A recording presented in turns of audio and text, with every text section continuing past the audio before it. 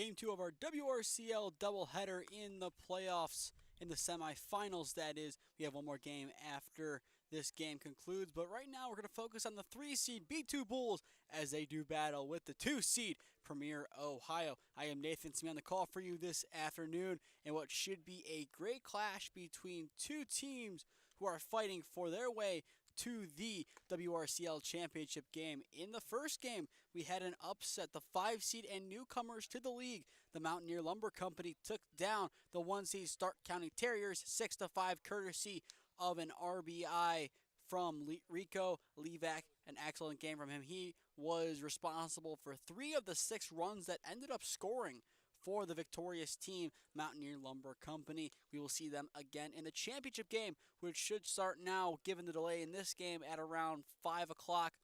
For those of you who are unaware of the schedule, this game was supposed to start at 1:45, but due to the last game going a little bit late, it was delayed until 2 o'clock. The umpires then didn't come to the field until 2:10, so now first pitch is slated for 2:15, so a full half-hour delay, 15 more minutes than expected. So that brings us to our 5 o'clock estimate for the championship game. It still should be a good game and will still be a great day of baseball here in Brunswick, Ohio. As for B2, Dylan Skidmore, the center fielder, batting 1, Shane Rothlisberger batting out for him, and Devin Morris, the left fielder, in the 3-hole. The 3 due up to hit this inning for the 3-seed. And on the mound for Premier is their ace, Jacob Rocky. He started off his college career a little bit shaky, but every year the former Standing Nations Wildcat has improved and now has a sub-3 ERA entering into his senior year at Marietta. And it's a first pitch strike to Skidmore as we are underway at 2:15 p.m. Skidmore had a solid doubleheader when we saw the B2 Bulls do battle with Premier back on June 9th. That was our first WRCL Games of the Week. That one being on my YouTube channel, Smee Sports. After this game, go check that one out to see how different both of these teams look. I've seen Premier more recently. I can tell you they are far more improved since then. I'm assuming B2 is the same way. The 0-2 misses upstairs. Now 1-2 count. And Rocky has just had excellent control of his breaking ball and his changeup.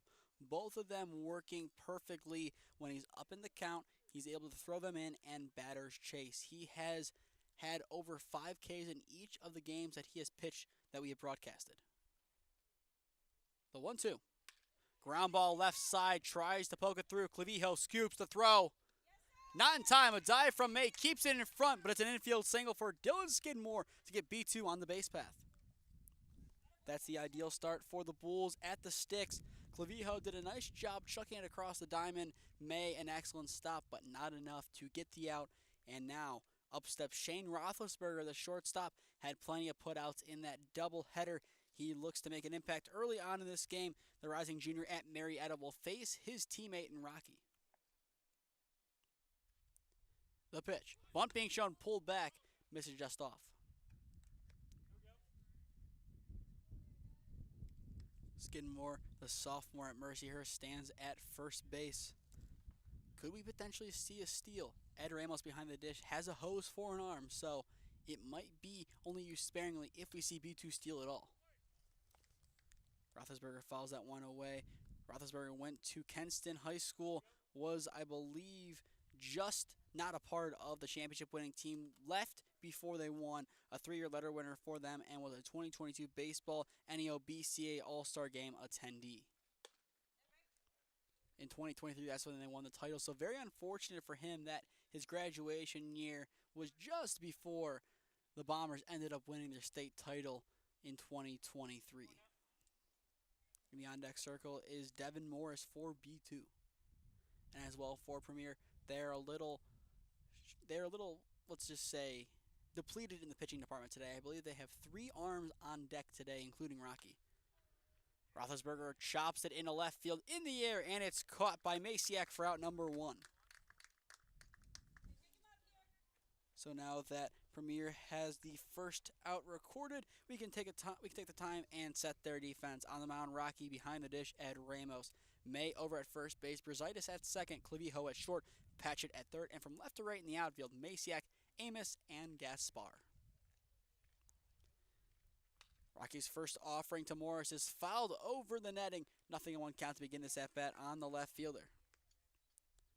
Morris is a rising sophomore, currently in the transfer portal after NDC closed down. His old coach, Len Barker, in the dugout for B2 today. The 0-1. Ground ball left side. Patchett goes for it, but just gets underneath his glove. Second single of the inning for B2 as their offense is starting to roll here in the top of the first.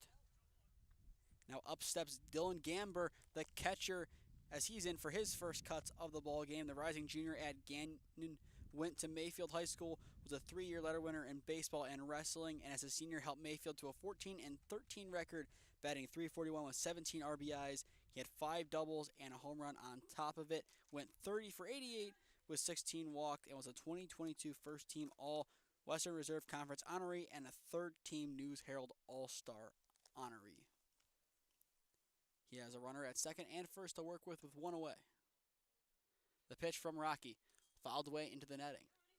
And it seems like Rocky has changed his approach today. Usually he is a strikeout pitcher. He gets a bunch early in games, and that's how he finds his outs. Today, he seemingly is attacking the batters more and more.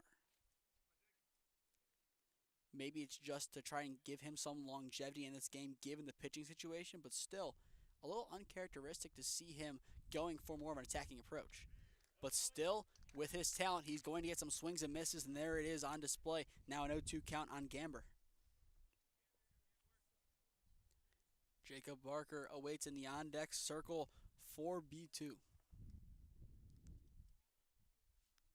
And Rocky will take a second on the bump to regather himself. Needs to be careful with his offering. He's in search of his first strikeout of the ball game. B2 looking to get a run on the board early. Rocky sets, and now the pitch. Swing and a miss. Maybe got a piece of it on the foul tip, but doesn't matter. Ramos snags it for out number 2. There's Rocky's first K of the ball game. And now up steps Jacob Barker, the first baseman. I mentioned his dad a minute ago, Len Barker. He is on the coaching staff for B2. He is in the dugout as the kind of bench coach today. The former NDC coach also played his baseball for the then Cleveland Indians and recorded the last perfect game in Tribe history all the way back in 1981. But definitely a baseball legend, not only at the professional level, but also now as a coach. Unfortunate that NDC closed. We'll see where he goes, if anywhere. Coach Barker can easily now ride into the sunset of retirement if he wanted to after this year, or he can still see his son Jacob play for B2 and as well wherever he goes in the portal. And at the same time, he also has another kid who plays for a Power 5, I believe, that made it all the way to the College World Series.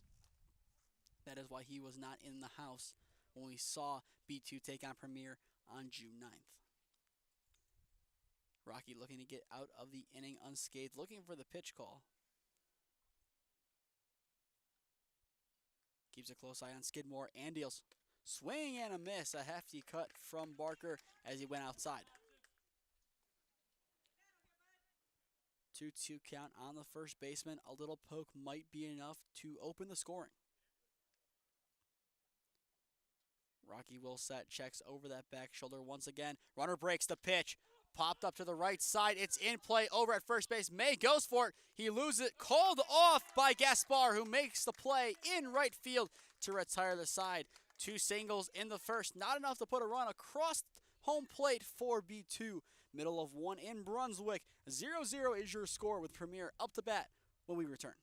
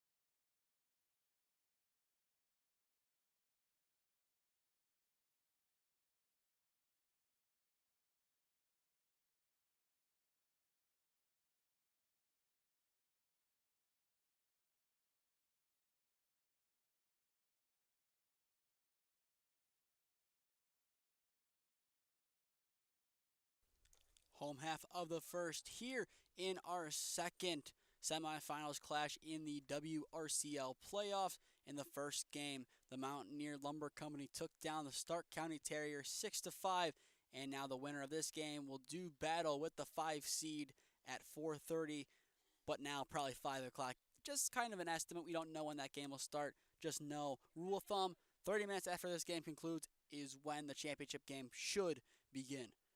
Right now, neither team in the driver's seat. 2 batters reaching base on singles for B2. Not enough to cross anyone, as now Premier has their first ups of the game with Jacob Clavijo, the shortstop, up first. Ropes it into right field, foul.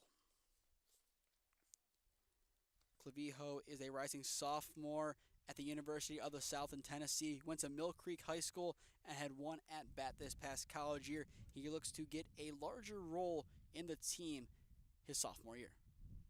Ground ball right side, and it's a leadoff single for Jacob Clavijo. Any game that we broadcasted, he has been Mr. Consistent at the sticks, and there it is once again. The leadoff man is aboard for Premier, and they are in business. And now up steps Jack Amos, the center fielder, another player who has really impressed in the games that we have covered for Premier. The rising sophomore at Bryan and Stratton, as I mentioned in the last game, a couple of sophomores in this league getting plenty of run-in at their colleges. He is one of them. The former Indian Creek man played in 42 games, batting .322 with 2 homers, 25 RBIs, and 18 stolen bags. The pitch. Right down the pipe, it's a first pitch strike, nothing in 1 count. And on the mound for B2 is Johnny Anservitz. Anservitz, a grad student at NDC. We'll see if he goes back to college after NDC closed this past year. We'll see where he goes. He's in the transfer portal. He transferred out of Mercyhurst, so there's always that avenue. He goes back to the Lakers. It just depends where he chooses he wants to go and if he wants to continue his baseball career. The pitch. Misses just out. Anservitz, I believe, pitched in Game 2 of the doubleheader back on June 9th. Pitched well, then the weather came around and things went south for B2. Fouled into the glove of Gamber. I mentioned it last game for Dom Trevisano. I'll mention it for Ramos and Gamber. Having a catcher who can catch foul tips that just skim the bat is really important. You do not want to have a bunch of extra pitches. Clavijo goes. The pitch. It scoops. Almost went behind. Gamber does a nice job to keep it in front of him, but it's a stolen bag for Clavijo. That ball was destined to get past Gamber. Based on where he was standing, he had to field it like a ground ball. But now Premier's opening run stands in scoring position.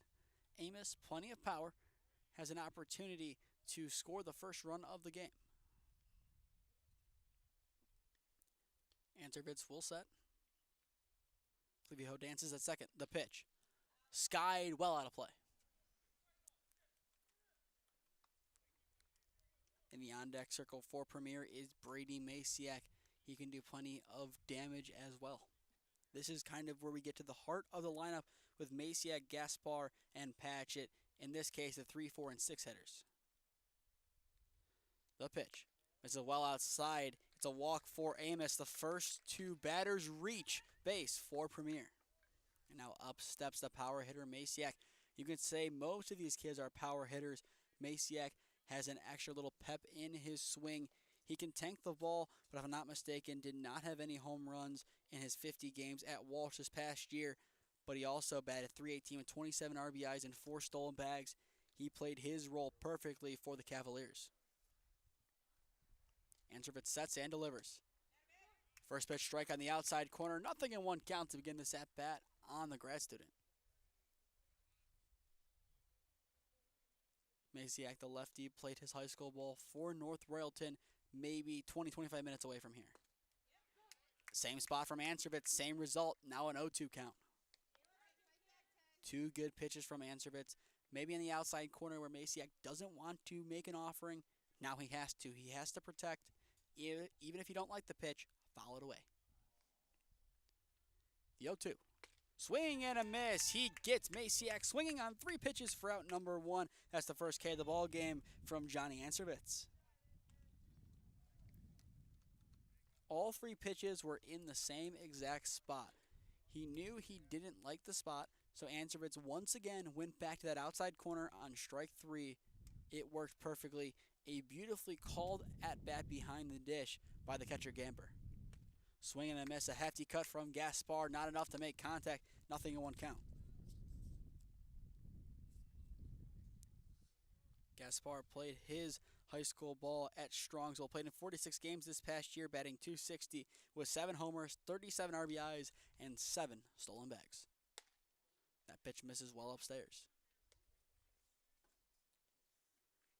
Looking at Gamber behind the dish, he's being plenty active, being in a more athletic stance, being ready just in case Clavijo takes off once again.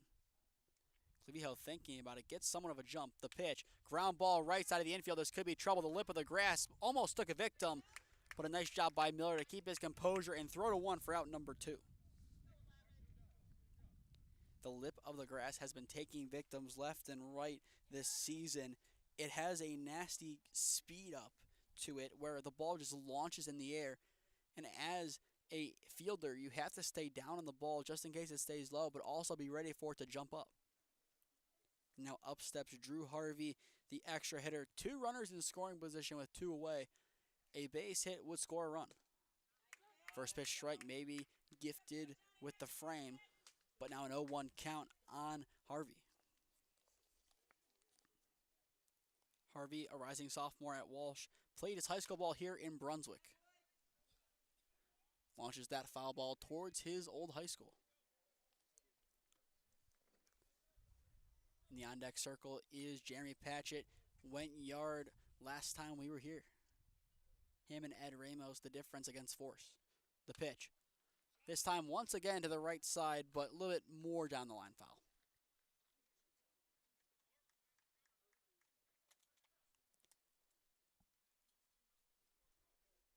Answervitz looking to get out of the jam unscathed. The pitch. Thought about it, but holds up in the end. A good thought. So now a 1-2 count in the on-deck circle once again is Patchett. Answervitz looking to get out of the inning. Cranked into left field. It is trailing on back, and it is gone! A 3-run shot over the left field wall, courtesy of Drew Harvey, gives Premier Ohio a 3-0 lead in the semifinals. What a cut and what a hit from Harvey. The moment that ball hit the barrel, there was no chance it was staying in the park.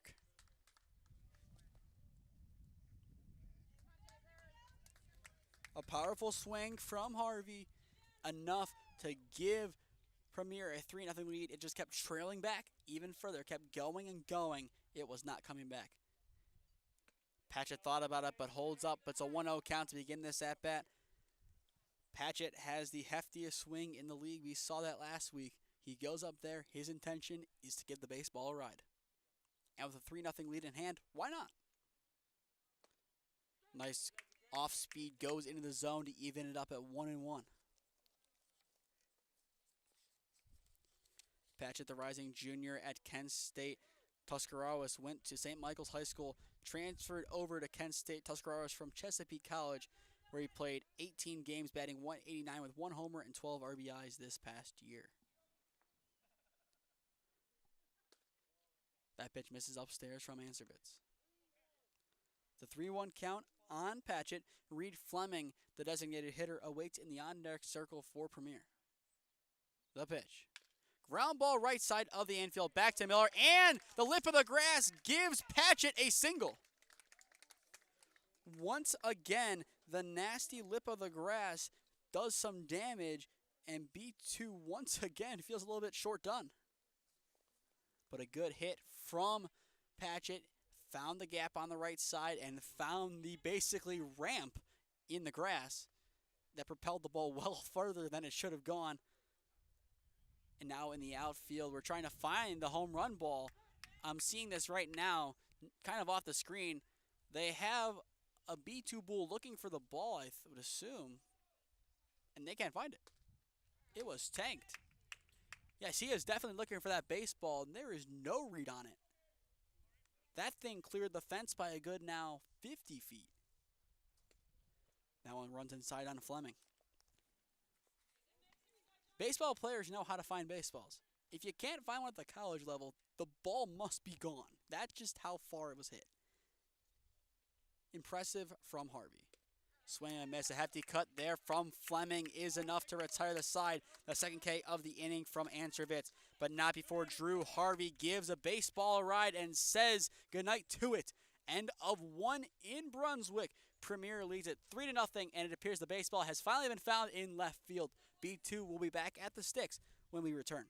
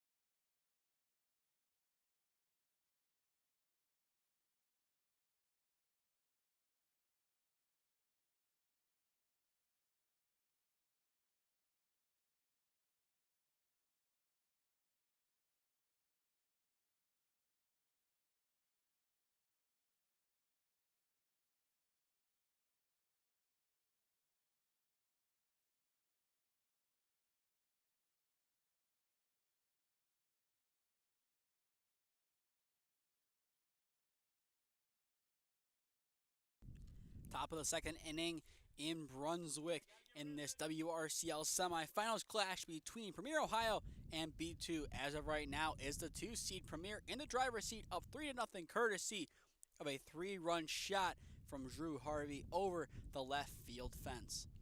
First pitch ball to Jalen Sanders. 1-0 count to begin this at-bat on the designated hitter. After Sanders, Kirtland Lambert and Jake Miller, the three due up this inning to hit for the 3-seed. The pitch from Rocky. Swing and a miss. A hefty cut from Sanders. Unable to connect. Evens it up at 1-1. Sanders showed his hustle when we saw him play last on June 9th. I believe had at least one, if not two, infield singles. Bunt being shown, pulled back. The right decision makes it now a 2-1 count, but you can see Premier's defense well on top of it as Patchett and Clavijo got ready to charge. Sanders needs to be patient here. They could use his speed on the base path. Bunt being shown again. He pops it right back to Rocky. Bobbles it. The throw to one. Not in time. Sanders' hustle pays off with an infield single. You can call it a single or an error, but Jalen Sanders did all the work himself, sprinting down the line. It was a tough read for Rocky. It was a perfectly placed bunt. Usually you don't want to push it right back at the pitcher, but he made Rocky think about it. And now Sanders, for his effort, is awarded first base. Knowing his speed, he could steal. And now up steps Kirtland Lambert. Lambert swings at the first pitch and misses. A 1 count. Lambert, the rising sophomore at Mercyhurst, went to Jefferson Area High School and played baseball and football in high school. Rocky sets and delivers. Misses outside. Ramos drops it. Sanders thought about it but didn't get a good enough jump.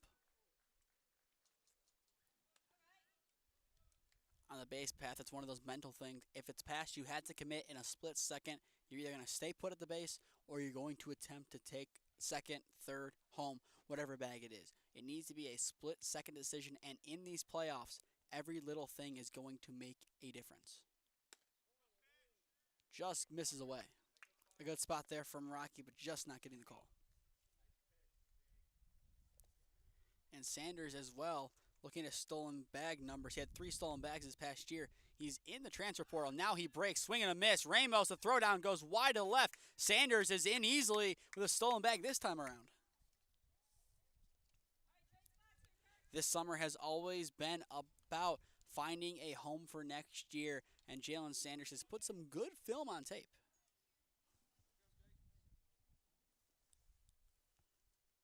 Rocky looking for his second K of the ballgame.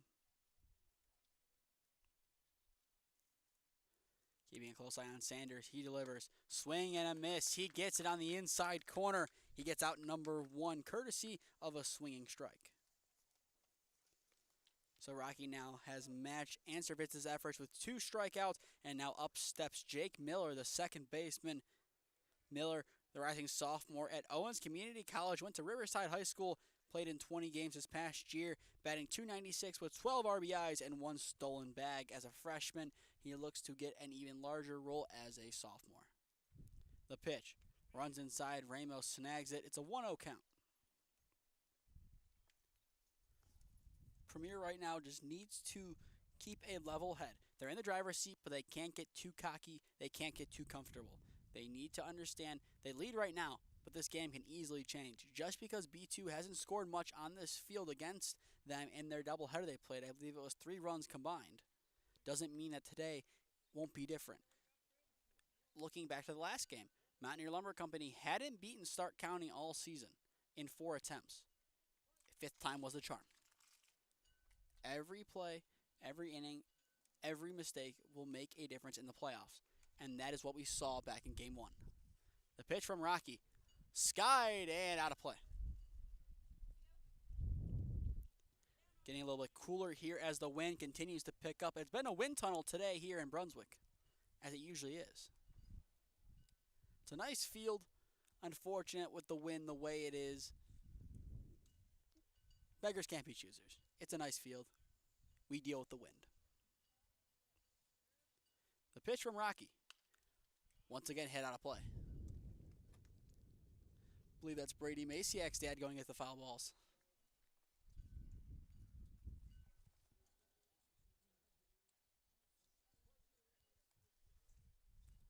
A lot of foul contact so far in this game. Rocky looking to win the at-bat. He goes for strike 3. Instead, it's sent into left field. Getting underneath it is Maciak. He is able to snag it, retiring Miller for out number 2. Good challenging pitch from Rocky, but in the end, hit directly to Maciak. And now up steps Owen Meacham, the right fielder. Meacham, the rising sophomore at Muskegum, another alumni from Riverside Painesville High School.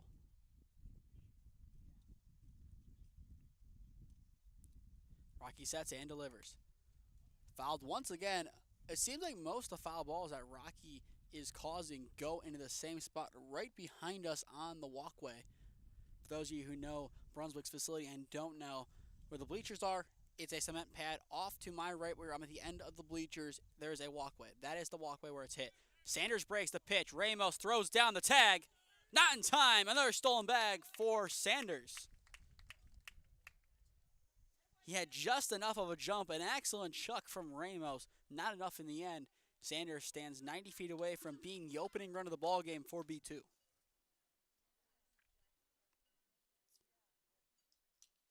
Rocky takes a second and comes set. The pitch.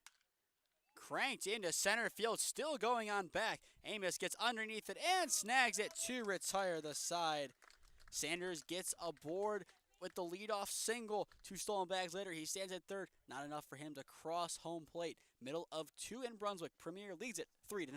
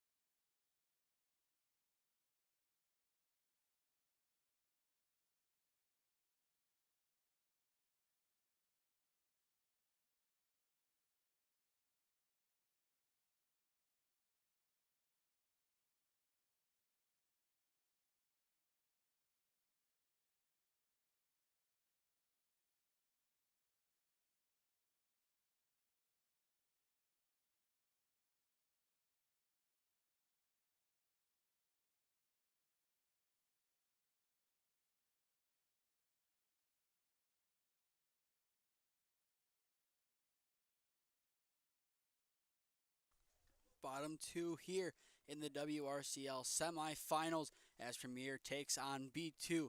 Premier Ohio up 3-0 as of right now, courtesy of a 3-run homer from Drew Harvey over the left field fence in the bottom of the first inning. Now Brazaitis, May, and Ramos will be up to hit for Premier. Ansevitz will set and deliver. First pitch of the inning, dips into the zone. A nice breaking ball puts Brazaitis down in the count, 0-1. Brazaitis has had a solid summer thus far. The rising senior at Ohio Wesleyan went to St. Ignatius High School, where he played in 32 games this past year now, batting .149 with 2 RBIs and 1 stolen bag. That pitch skips behind Gamber.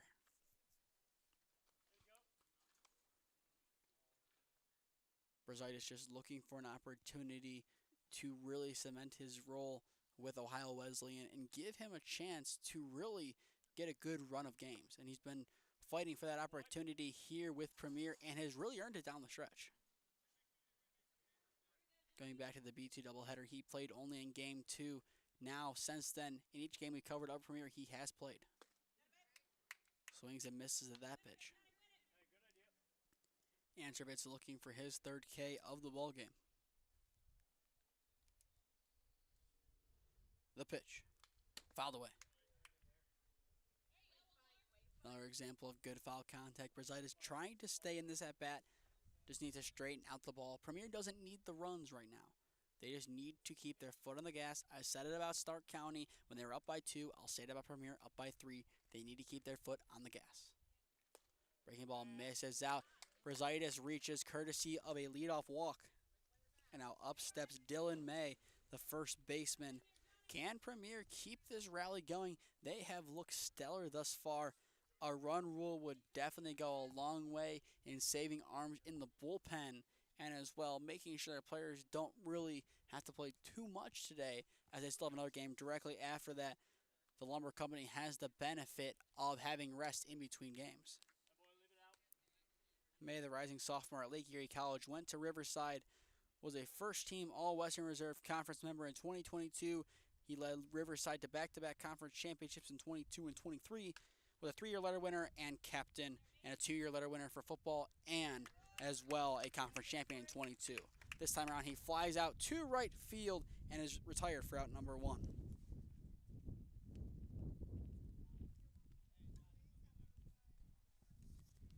Now up steps Ed Ramos, the catcher. Last time that we were here with Premier last Sunday, he went yard over the left field fence, and that really sparked Premier's win over Force. The wind continues to blow, not potentially in his favor. Ansevitz will come set. Now the pitch. Misses well outside, and it's a quick throwback from Gamber. It's a 1-0 count on the catcher. Ramos, a rising sophomore at Siena Heights University, played his high school ball at Lutheran West. This past year, had 1 RBI as a freshman. Swing and a miss. A breaking ball gets him to swing out of his shoes. Good movement on the breaking ball by Ansevitz. He's doing what he needs to do on the bump. He's getting batters to chase, and the contact he's getting is fouled or directly to his fielders. Ground ball left side, scooped up over at 3. The high throw to 2 goes wide. Brazaitis takes a turn and runs to 3, where he will be in standing. The hustle pays off as runners at the corners, courtesy of the E5. Just a rush throw from Lambert, missed well wide and high of the bag. Ramos will be courtesy ran for, as Jackson Powell, the rising senior at Mount Gideon, will be on first base. Now up steps Jacob Clavijo for his second cuts. Had a leadoff single back in the first.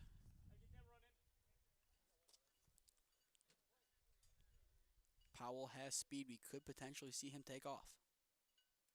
The pitch. Thought about it, but held up. It's a strike in the end. Nothing in 1 count. Look a little low from our angle, and you can hear the Premier fans agreeing. The pitch. Ground ball off the bat to the right side of the infield. This could be trouble. The flip to 2 is in time for 1. Throw to 1 is not in time. The hustle down the line from Clavijo scores the runner from third, giving Premier a 4-0 lead. It will go down as a fielder's choice, but the RBI tacked on for Clavijo. Powell will go right back to the dugout after being summoned to run. But now runner at first, two-way, and up steps Jack Amos. He walked his first time up. Premier pretty happy with the result of this inning. They add another run to their tally. They lead it 4-0. They have looked like the commanding and really the better team thus far. As for the Bulls, Skidmore, Rothlisberger, and Morris due up next inning. The pitch. Right down the pipe, 0-1 count to begin that bat on Amos. But Premier has come out today. They had to help line the field and drag the field, and they came out with a vengeance. They wanted to come out here and make a statement in Game 1, showing they can make something happen. They might not be full strength today. No Joseph Valentine, their number 2 pitcher. But they're ready to make some noise. As well, no Michael Niro, their number 3 hit pitcher. The throwback is scooped up by Barker. We're seeing a lot more throwbacks this game than we did last. Keeping runners honest is a big thing here. Every little thing will make an impact. Premier is going to want to end this game in 5 innings. They want the run rule. They're all in favor of getting the championship game underway with them in it as soon as possible. The pitch. Blocked by Gamber. An excellent job to keep it in front.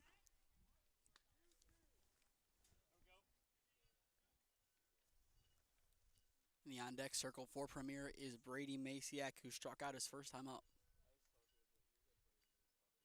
Anservitz will set once again. The pitch. Runner goes. Swing and a miss. Anservitz gets his 3rd K of the ball game as he retires the side, but not before 1 run can score for Premier. End of 2 in Brunswick. It's the 2 seed up 4-0.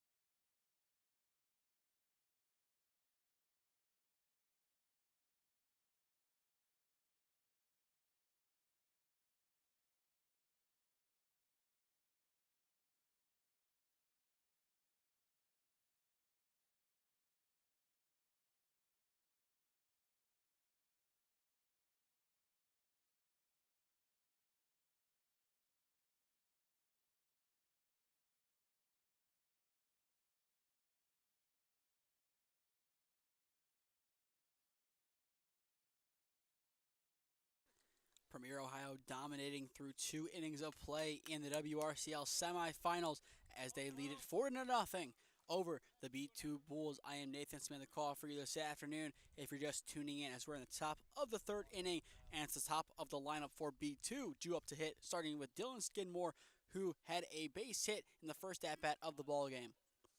Nice breaking ball delivery from Rocky. 0-1 count to begin this at-bat. Rocky 2 Ks through 2 innings of work, has allowed a couple of hits, has become more of a contact pitcher this game, but not on that pitch as he gets Skidmore to chase. Now an 0-2 count. Rocky has still been dominant on the mound, even if his style has slightly changed. Can he get his 3rd strikeout of the game here? Yes, he can. Gets him to chase. Skidmore goes down on 3 pitches. It's 1 up, 1 down. Just when you think Rocky has switched his mindset to contact, he goes and strikes out Skidmore on 3 consecutive pitches. And now up steps Shane Rothlisberger, the shortstop, flew out to left field, and Brady Maciak his first time up. The pitch, swing and a miss. The no contact continues, 0-1 count. Rocky so far has thrown 4 pitches this inning. The pitch. Swing and a miss. Now an 0-2 count. A dominating start to the top of the third for Jacob Rocky. Can he find a second strikeout in a row? Yes, he can. Gets another batter on 3 pitches. It's 2 up, 2 down, 6 pitches.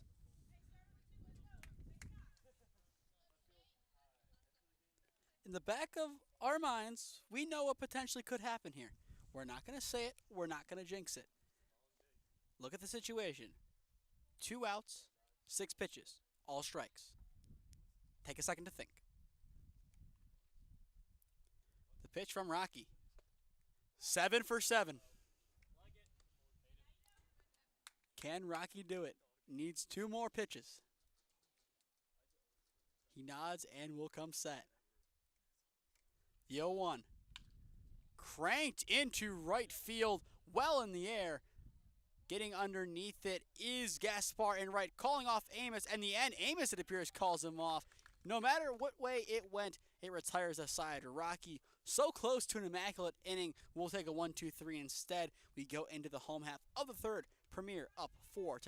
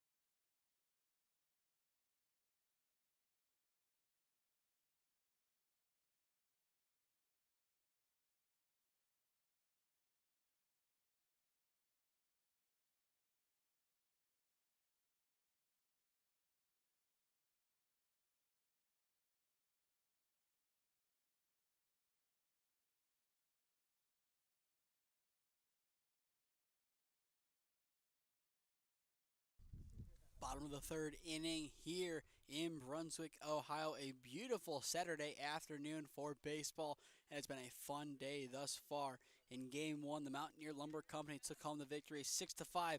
We'll see them again in the championship game after this game concludes. But as of right now, Premier up 4-0, looks to add on some runs to potentially end this game a little bit sooner than expected, as they are 6 runs away from the run rule at the time of speaking now. It could obviously change. 3 runs all the way back in the first, 1 run last inning. They look to continue adding on the runs and making this game a blowout. And it's a hard 90 for Brady Masiak to get things underway in the home half of the third. For the third inning in a row, the leadoff man has reached, and this is the third different way he has. All the way back in the first, Clavijo singled, Brasitis walked, and now Masiak hit by pitch. Trying to think of another way. A drop third would be the next way for the leadoff man to reach. That's what's going to happen in the bottom of the fourth, isn't it? The first pitch to Gaspar is low. 1-0 count to begin this at-bat on the right fielder. Gaspar once again had a solid season in college.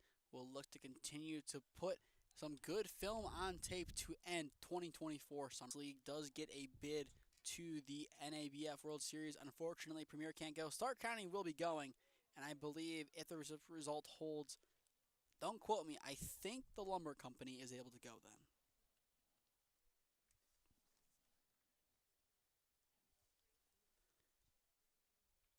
Answervitz will come set. Now the pitch. Swing and a miss. Hefty cut from Gaspar. Answerbits has pitched well. He did the same last time we saw him pitch, but a similar outcome. The defense letting him down on a couple of different outcomes. It's been unfortunate, but he still has looked good. Runner goes. The throw from Gamber has a chance. It's not in time, a little bit too high as Maciax into second base with the head first slide. Premier is doing great things on the base path today. They're playing baseball the way that many teams like to do. You get a runner on, you move him along. Whether it be a hit, stolen bag, you get him in. You rinse, you repeat. The train just continues to roll. You get a couple hits in a row. And did he go? Yes, he did. That was more just getting out of the way, and the bat kind of got away from him. Now a 2-1 count. I'm Answerbits. I'm attacking that inside corner once again. Jam him. Ground ball left side of the infield. This could be trouble. The throw to 2 is in time for 1. The throw to 1's not going to happen. They get the middle runner, so it's runners at the corners now with 1 away. A nice move to at least get 1 out. It's a tough play to make. A double play at the college level is really difficult when you have guys with plenty of speed on the base path. To get the 1, B2 will take it. The 5th run of the game now stands 90 feet away with Jeremy Patchett in the box. It's a prime opportunity to make it happen. The pitch. Left it upstairs. There's a 1-0 count to begin this at-bat. Patchett so far today, 1 for 1. The pitch from Answerbits. Smacked right over to shortstop and snagged for out number 2. A nice catch from Shane Rothlisberger. It was rocketed off the barrel, but unfortunately for Patchett, right to the shortstop. 2 down. Prime example of great swing, wrong place.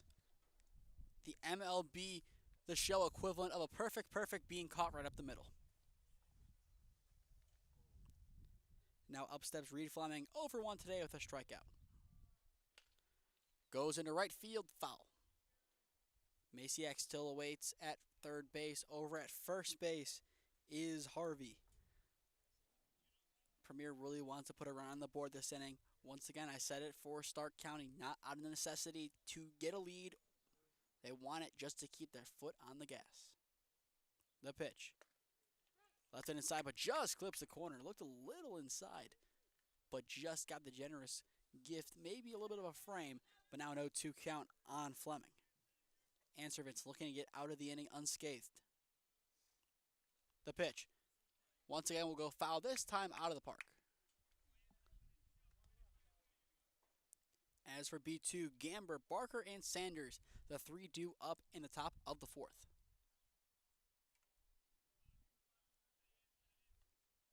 Answerbits will set once again. The pitch. Thought about it, but it's right down the middle. Fleming freezes for strike 3. Answerbits now has 4 Ks through 3 innings of work. No damage done in the 3rd. We go to the 4th. Premier up 4-0.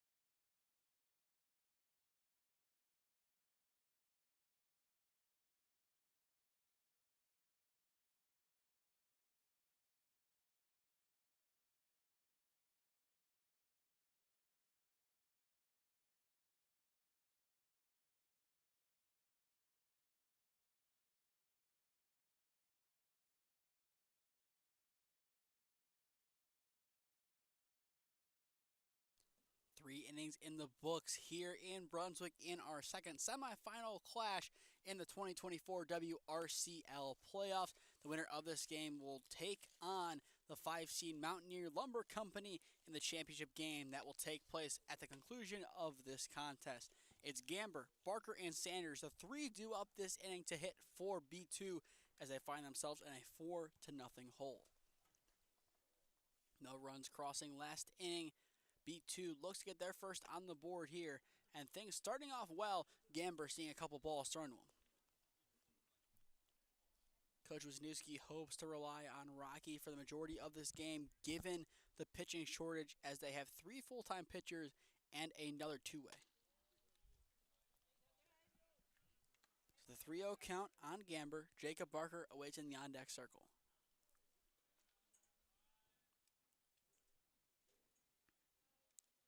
Rocky will come set, looking for a get-right pitch. Doesn't find it. It's a 4-pitch walk for Gamber. The leadoff man is aboard for B2 as they look to do some damage. And now up steps Jacob Barker. The first baseman pops out into right field his first time up, and it looks like we will have a courtesy runner for the catcher.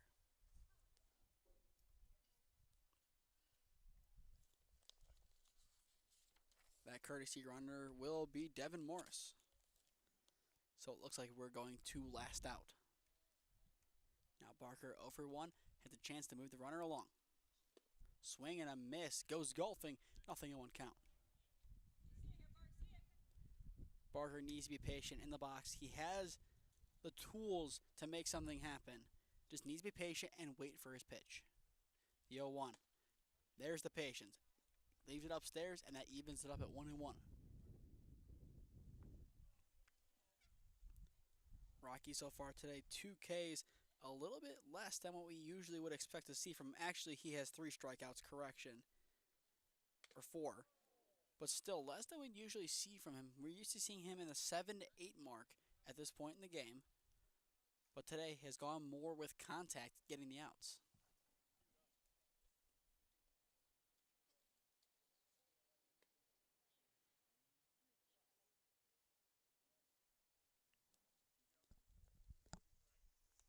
Looks like a baseball had a little bit of an issue on it, so now we're back. Rocky looking to take care of Barker. Runner goes, the pitch. Sent into left center field, and it falls in for a base hit. Barker does his job and moves the runner along into scoring position. The first 2 batters reach base for B2. Now up steps Jalen Sanders. Has plenty of speed. Had a single in his last at-bat. It was an infield single, maybe an error depending on how you scored off of Rocky's glove. But in the end, he reached base. Now has 2 runners on to move along. It's a big point, potential turning point for B2 if they were to come back and win this game. Rocky checks over his back shoulder and delivers. Bunt being shown. Bunt down the left field line. Foul.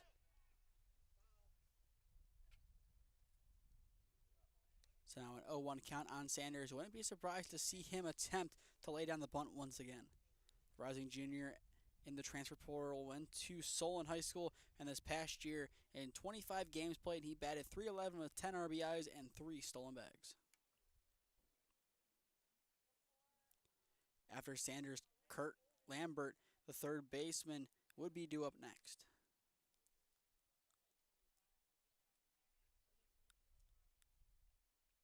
The pitch, bunt being shown again, pulled back, goes behind Ramos, and both runners advance. So now 2 runners in scoring position for B2 with none away. This is their chance to get back into the ball game and make some noise.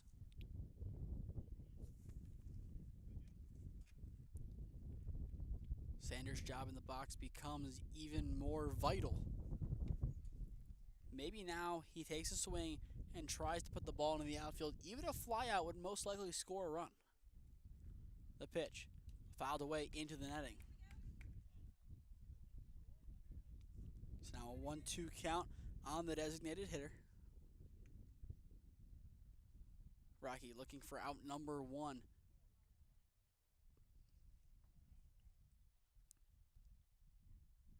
Rising senior at Marietta sets. The 1-2. Swing and a miss. He strikes him out. Sanders chases upstairs. Rocky has 5 Ks now, and that one records out number 1. And now up steps Kirk Lambert. Struck out swinging his first time up. Rocky looking to get in a little groove here. Would benefit from getting another strikeout. First pitch, swing and a miss, goes low on Lambert. Nothing in 1 count. This is where we see what Jacob Rocky is made of on the mound. Had 2 runners in scoring position behind him with none away. Got the first out. If he can find the second, his job becomes a lot easier. That one's fouled into the net, so now an 0-2 count.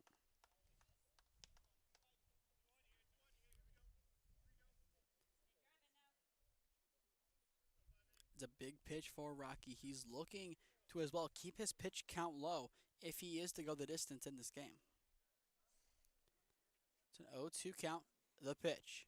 Swing and a miss. He strikes him out once again, throws the high heat, and Lambert cuts through 2 Ks in a row.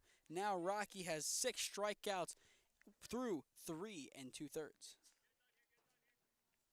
And now up steps Jake Miller. Flew out to left field his first time up. Still 2 runners in scoring position with 2 away for the B2 Bulls. First pitch misses, up and out. It's a 1-0 count to begin the at-bat for Miller with Owen Meacham, the 10-hitter, awaiting in the on-deck circle.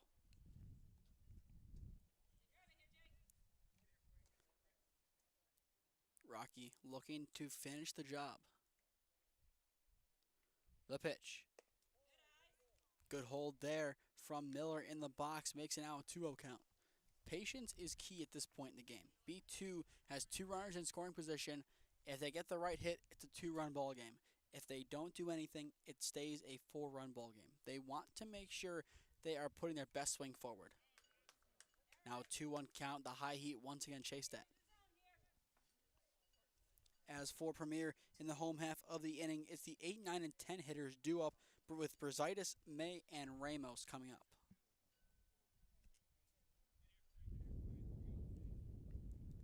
Once again, stay tuned after this game as we have the WRCL Championship game between the Mountaineer Lumber Company and the winner of this game. The 2-1. Smack left side, and that will score a run for B2. It is an RBI single for Jake Miller to make it a 4-1 ball game. An excellent crack down between third and short. There was no way anyone was going to make a play on that baseball. And probably a smart idea to hold the runner at third base. It's 4-1. B2, they need a couple more runs to give themselves a fighting chance going into the home half of the 4th.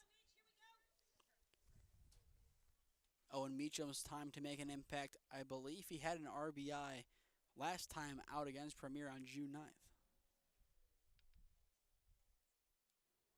Runner goes. It's a rundown in between. The throw home from May is not in time.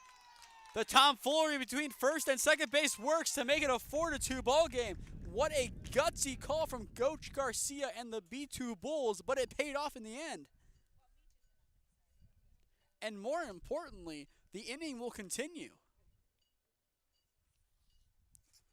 That was an excellently executed play by Miller. May got the ball over at first, didn't see the runner take home. So now Meacham would be the tying run.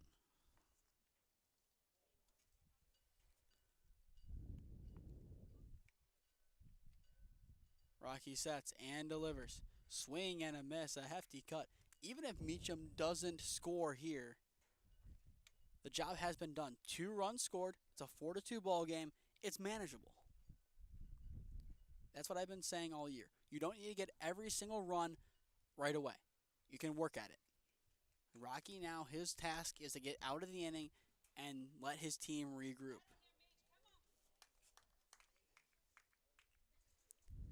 Rocky has 6 Ks so far through 3 2/3 to make it 7.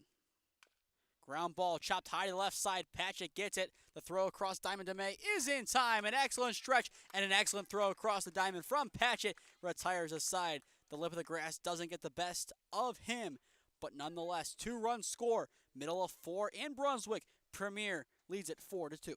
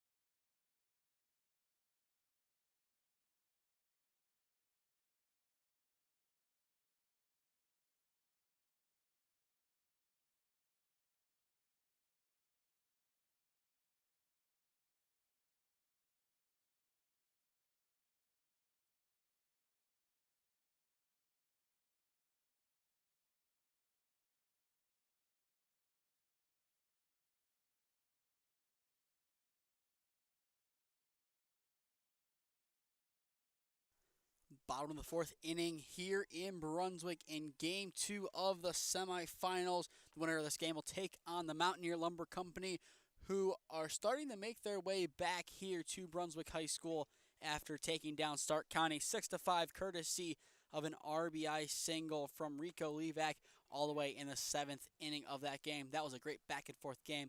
I recommend watching that one in the downtime between this game and the championship game if you haven't seen it yet. Brunswick, May, and Ramos due up to hit this inning for Premier.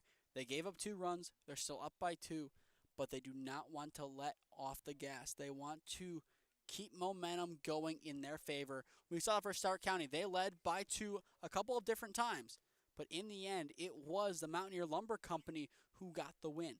They were able to take back momentum when least expected, and B2 has a chance to do the same. Good pitch on the outside corner. Ansrovitz has been dotting up the corner really well today, and that has given his Bulls a fighting chance. Here comes the pitch from Ansrovitz. Swing and a miss, a hefty cut from Brunswick. The leadoff man is retired. Another K for Johnny Ansrovitz, who now has 5 to his name. It's 1 up, 1 down.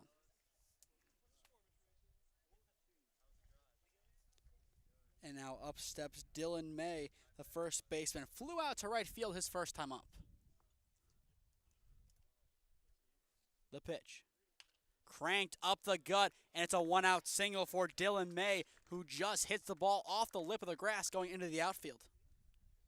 And now Premier can try and get a run back. That sets them up for success. It's a simple hit, but he put the ball in the right spot, just smacked it up the gut, and now up steps Ed Ramos. Reached on an error his first time up, but as we've seen a couple times this year, he has home run power, and especially as of late, has really increased it. The pitch. Breaking ball dips in, nothing in 1 count. Ramos has excelled this year, catching today due to necessity. The 2 other catchers on Premier's team not here. Swing and a miss, and it skips out of play. Dylan Gambers as confused as we are. He agrees. The ball got past, it went up the net and skipped out, missing me by like 5 feet to the right. My life insurance might need to be insured given that some of these foul balls that have come up here, and that one too. Might get hit in the face.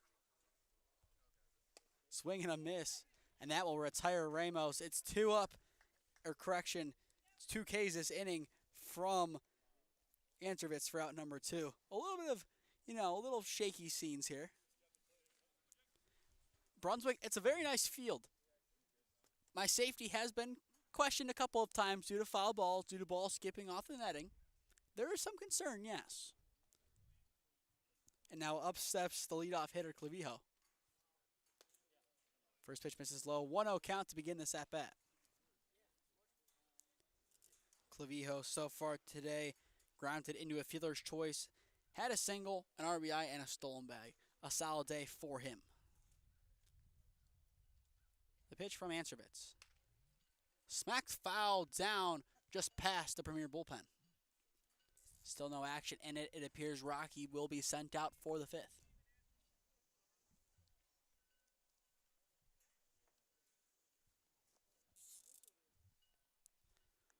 Answervitz will take his time here.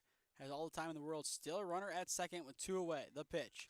Smacked up the gut. That's a single for Clavijo, his second. The runner will be sent. May will attempt to score. The play at the plate is not in time. It's an RBI single for Jacob Clavijo to get a run back for Premier, making it a 5-2 ball game. Excellent hitting from Jacob Clavijo once again. He is Mr. Consistent when we have the camera out. He has been amazing in the games that we've covered for him. I believe there's 4 or 5. Each of them has a base hit. He has been dominant. Reached all 3 times. 2 RBIs, a stolen bag. He has done it all. And even defensively, he's been really good. The situation will reload. He now stands at second base after the throw, and up steps Jack Amos. Amos thought about it but held back. Nothing in 1 count to begin this at-bat. For Premier in Game 2, we do not know who they're going to throw in that game. They have 2 pitchers after Rocky. We'll see who they go with. The pitch. This is well outside. Gamber scoops it. And that same breath, we'll see what Coach Cottrell has cooked up for the Mountaineer Lumber Company. They went through 4 pitchers in their first game. We'll see what they have down in their bullpen. They should have a couple of good arms left that could potentially win them the championship. Right inside, a nice block from Gamber. Gamber has been a brick wall behind the dish. Only a couple getting past him that were definite wild pitches. He has had to smother a couple baseballs today, but he has done his job and has done it well behind the dish. The catching play today between all 4 catchers has been nothing shy of impressive. Grega for Stark County. Then you have Trevisano for the Lumber Company. Gamber for the B2 Bulls. And now Ramos for Premier. The pitch. Left it outside. The right decision made by Amos. Brady Maciak, the left fielder, awaits in the on-deck circle for Premier.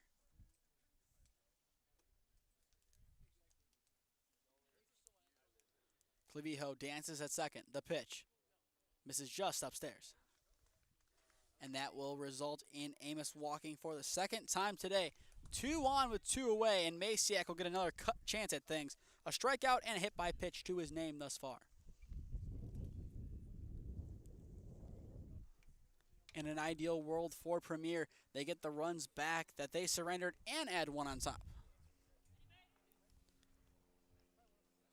They have kept the pressure on, putting a run on the board. The job isn't done quite yet. If you're Premier, you have to be thinking, when can this game end? When can we end it? And who we're going to throw next game? There's a lot of questions that have to be answered, but a lot of it will have to do with how the rest of this game goes. They just want to get this game done with. They want to make sure they're in the championship game, and will deal with it when they get there. They have a tough team to play against, but they have experience on their side. They have been in this league for years. As for the Lumber Company, they're a first-year team who has a chance to be champions right out the gate. Maciak holds off, thought about it. In the end, he probably should have swung. You can see that reaction. He's down to his final strike. As for B2, it is Meacham, Skidmore, and Rothlisberger due up.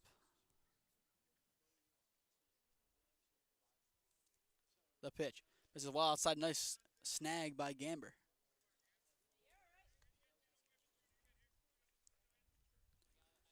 Maciak trying to be patient in the box. A little poke should score 1. Answervitz has also pitched an excellent game. No action in the B2 bullpen. They're going to stay with him. The pitch. Oh, that strike? Oh. healthy frame from Gamber gives it a strike. Now Masiak's down to his final strike. And Answer will take a second and look back.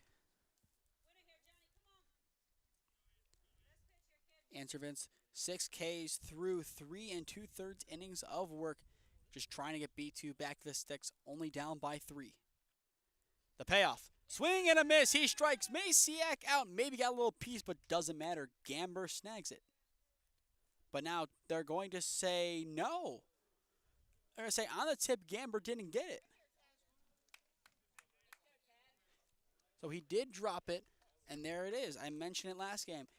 Being able to catch the drop third, or to avoid a drop third or a foul tip giving another pitch is vital. Masiak now has another life to work with. We reload the payoff. Same result this time. It's definitely snagged. Answerbits gets his 7th K of the ball game, retiring Masiak and the side. 4 complete in Brunswick. Premier leads at 5-2.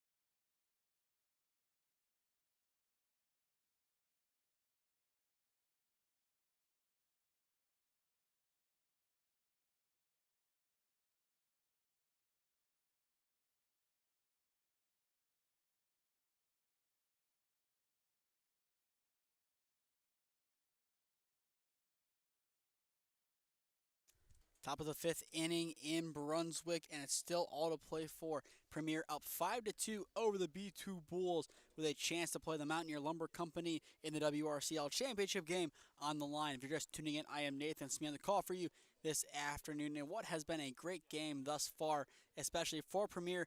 They dominated out of the gate. B2 got a couple runs back, and then one insurance run added on last inning, courtesy of Jacob Clavijo, the damage done thus far. The Mountaineer Lumber Company has made their way back to Brunswick and will get ready to do battle with the winner of this game approximately 30 minutes after this game is over.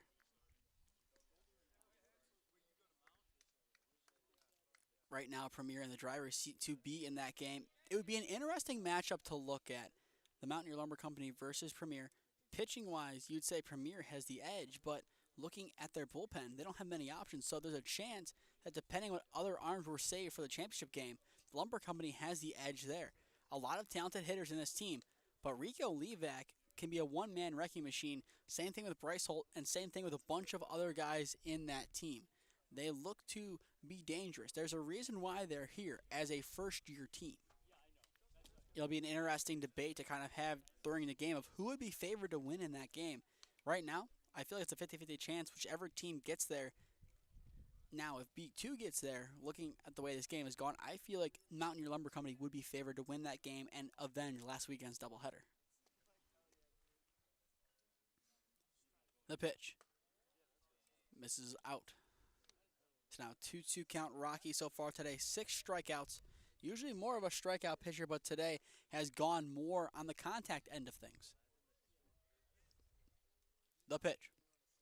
Swing and a miss. He strikes him out. Rocky now has 7 strikeouts and now has 2 in a row. 1 up, 1 down.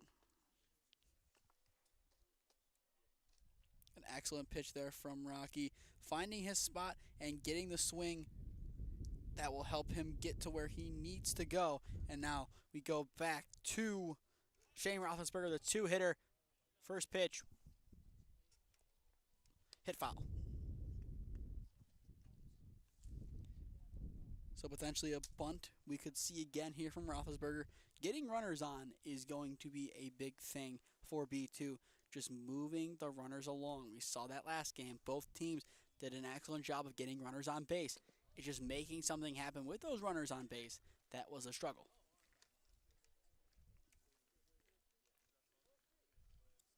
So now an 0-2 count on Rothlisberger. Devin Morris, the left fielder, awaits in the on-deck circle. The pitch. Perfect break on the breaking ball, but not enough to get in the zone. You can hear the reaction from a couple of the infielders. That was a nasty pitch. Rocky will have to deal again to try and earn his 8th strikeout.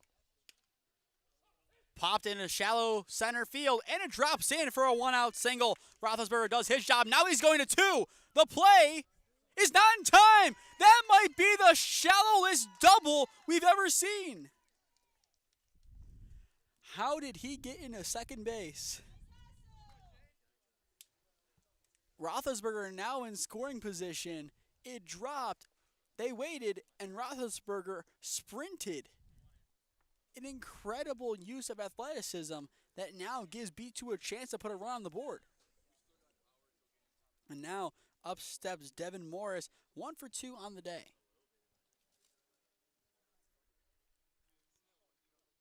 The pitch.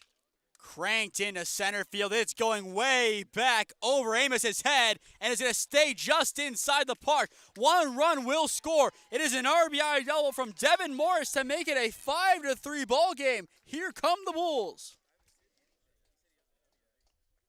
What a crack of the bat. Morris maybe needed 15 to 20 more feet on that baseball, and it was gone. We had the home run earlier on in the game. A lot of power in this game, and I expect to see a lot more power down the stretch. So now up steps Dylan Gamber. A strikeout and a walk to his name thus far.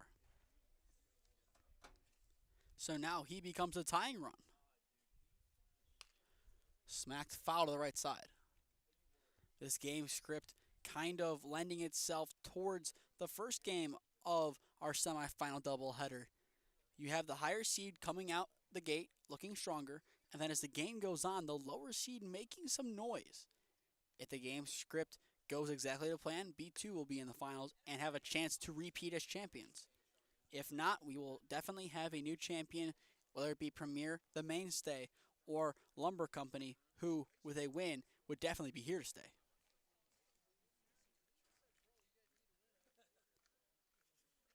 The pitch from Rocky. Foul, and this time it stays inside the park.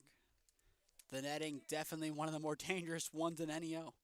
Have to be on your A game, just looking at the game at all times. That way you don't get hit by a foul ball that just skims off the net.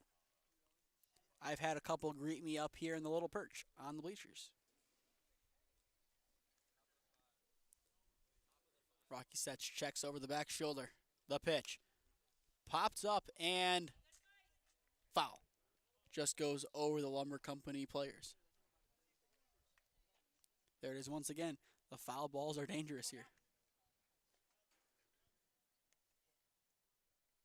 Rocky searching for out number 2. The tying run in the box. The go-ahead in the on-deck circle.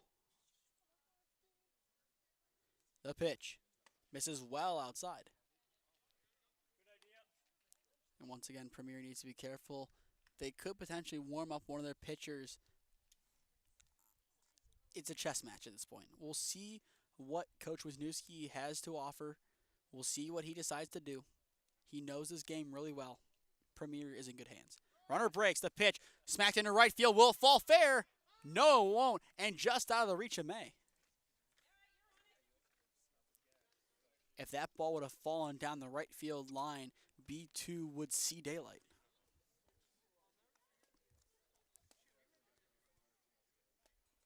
Gamber has played an excellent game, especially behind the dish. His blocking has been stellar.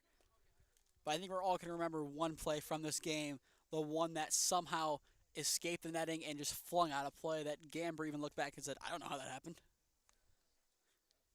That is an all-time play. The pitch. Swing and a miss. He strikes him out. Rocky now has 8 Ks, and that one might be one of the more important ones as it earns out number 2. Through adversity, Rocky has dealt well today, and now up steps Jacob Barker, the first baseman. His dad, Len, in the dugout as the coach on the bench. Can he make the former Indians pitcher proud? First pitch misses upstairs. 1-0 count to begin this at-bat. And the on-deck circle is Jalen Sanders, the designated hitter. If Barker can get a hold of the baseball, preferably left center field would be the spot to put it for the B2 Bulls to have the most success. Runner breaks the pitch. Ramos has a chance. Down at 3. The tag is there. Ramos does it again behind the dish. A big-time player making a big-time play in a big-time game. Ramos ensures no more damage is done as we go into the bottom of the 5th. Premier still leads it 5-3.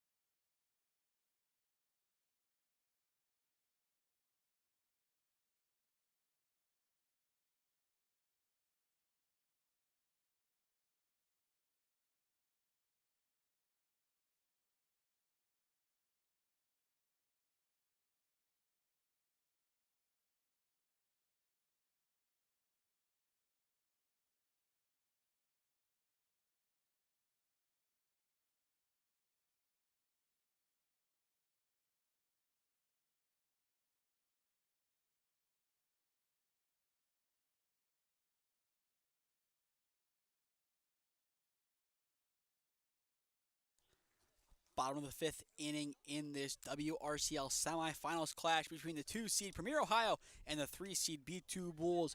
It's Premier Ohio leading 5-3. The Bulls looked threatening last inning, but Ed Ramos, the catcher, threw out a runner attempting to steal third, halting the Bulls' momentum. First pitch of the inning is low. 1-0 count to begin this at bat for Premier. It's Gaspar, Harvey, and Patchett. They're kind of heart of the lineup due up in the 5th. The pitch goes to the outside but just misses. Johnny Answervitz so far today, 7 strikeouts through 4 innings of work. As for Gaspar, a walk and a ground out to his name. He has looked solid and also has had a couple putouts. Popped into center or left center field, and it's caught. Nice job by Morris to go and greet it for out number 1. For the first out recorded, up steps Drew Harvey, flashing back all the way to the first inning. He had a 3-run shot over the left field fence. His last time up, he reached on a fielder's choice. That 3-run homer proving to be the difference in this game. The pitch from Answervitz. Thought about it but held up. They appeal. No. 1-0 count to begin this at-bat.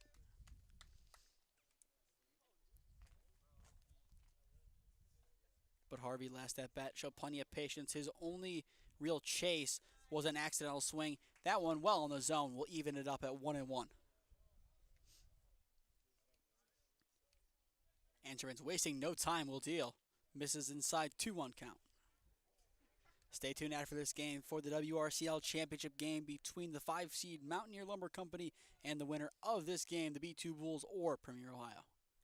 First pitch anticipated originally for 4:30. As of right now, to get a 4:30 first pitch, we would need this game to end in 20 minutes. I'm going to anticipate a 5 p.m. first pitch. Pitch just misses outside. It's a one-out walk for Harvey. And it's all after the championship game. Stay tuned for the trophy presentation by yours truly. And now up steps Jeremy Patchett. 1 for 2 on the day. Really should be 2 for 2, but he lined out to Rothlisberger at shortstop, who made an excellent play to snag the ball out of thin air. The pitch. Cranked, but still skied over to left field. Not enough distance to go over the fence. And once again, caught by Morris for out number 2. There's a reason why Patchett has one of the heftiest swings in the league. There it is. If he just got a little more barrel on it and not as much underneath it, he definitely had the right idea to launch it. But in the end, he is retired, and now up steps Reed Fleming, who so far today is 0 for 2 with 2 strikeouts. The throwback from Anservitz, not in time. And it looks like we will have a change for Premier. Noah Brazaitis will be pinch hit for by Jackson Powell. Anservitz will take a second and deal. Misses up. Powell ran earlier on in the game, but his running time was ended pretty quickly as he was courtesy, and then he was fielder's choice. Ground ball right side, almost snagged by Barker. Couldn't get a clean read on it. Harvey will turn and go to 3. The play is not in time as he retreats back to second base and will be safe. Maybe the right decision in the end. It was a roundabout way to easily get into second base. 2 runners on, 2-way, and now up steps Jackson Powell, the rising senior at Mount Union. I've mentioned it for a lot of the Purple Raiders. There's a lot of spots open this year. If you can put a good summer together, put a good fall, and winter campaign together, you have a good chance to get some starts for the Purple Raiders. They lost a lot of talent. Looking forward to seeing what they can produce this year. Talent, especially coming in. Ground ball right side. It just sneaks through from Powell. It's a base hit. Harvey will round and go for home. The play at the plate is not in time. It's an RBI single for Jackson Powell to give Premier a 6-3 lead. And it's plays like that that will get you more playing time in college. Powell does it again as he has been elite all summer. Could we see Powell potentially take a base? Could we see Powell potentially take a base? The pitch. Misses outside. 1-0 count to begin this at-bat. A 7-3 lead. Talking about the grass having a nasty hop, now we're looking at the ball just skipping over the net.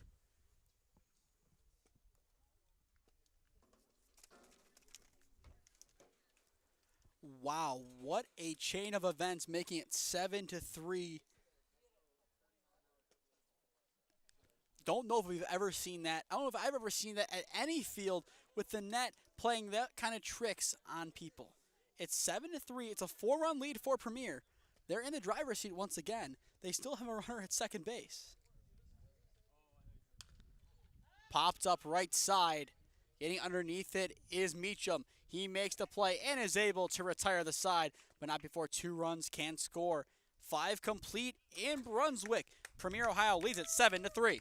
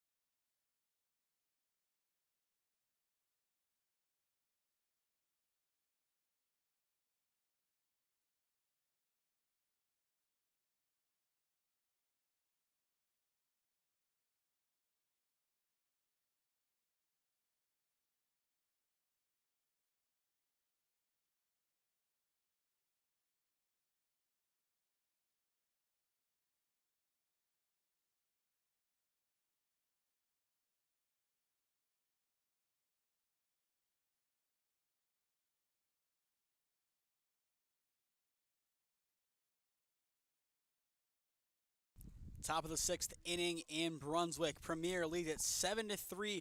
Had a couple chaotic events, such as a pass ball skipping out of play, resulting in a run scoring. But thus far, Premier has been in the driver's seat and has been the dominant team. I am Nathan Smee on the call for you this afternoon. If you were just tuning in, we apologize for the technical difficulties. The more people that show up, the worse our internet gets. We encourage people to show up, and we encourage ourselves and our internet provider to get the internet better. But now for B2, they will send Barker, Sanders, and Lambert up this inning. Barker was in the box last inning, but his opportunity to make something happen was robbed, courtesy of Ed Ramos chucking out a runner, stealing third. Just a reminder after this to stay tuned for the WRCL Championship game between the winner of this game and the team that sat right in front of me in the bleachers, the Mountaineer Lumber Company.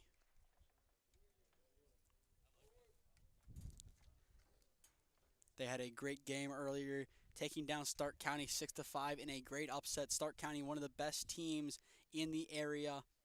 They will go to the NABF next week, but the Lumber Company still looking for their bid to that competition. They can find it with a win. The pitch from Rocky. Smacked right up the middle, almost snagged by Rocky, so close, but in the end, it's a leadoff single for Jacob Barker. He is now 2 for 3 on the afternoon. Almost an excellent pitcher fielding play, but just unable to snag it. And now up steps Jalen Sanders, the designated hitter. Once again, he looks to make an impact. Had a base hit / error that he reached on earlier in the game and struck out swinging his last time up. He has plenty of speed. He can make something happen if he's on the base path especially. The pitch. Misses low, 1-0 count. As for B2, after Sanders, Kirtland Lambert and Jake Miller will be the next two up. The pitch. Popped foul over the visitor dugout.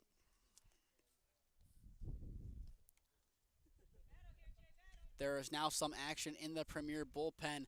It looks like Rocky's day will end after 6 innings. That's probably the smart decision. Throwing a pitcher 1 inning gives him an opportunity to come back in game number 2 if need be. It just depends what the game script is and depends on how close or how far apart things are. If his innings are done and it's a blowout, you don't want to put him in.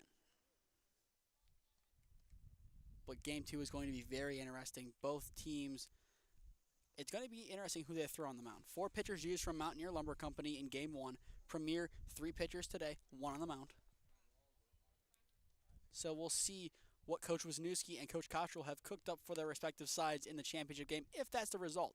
B2 can still make a comeback in this game and cause some chaos. It's a 4-run ball game. Anything can still happen. The game is not over until the final out is recorded, no matter the score. The pitch. Ground ball right side, and it gets through. Sanders gets a base hit. He will sprint around the bases. But now it's 2 singles in a row to begin the inning. B2 starting to roll. And now up steps Kirk Lambert. Struck out twice so far today, but all it takes is 1 at-bat to change his day.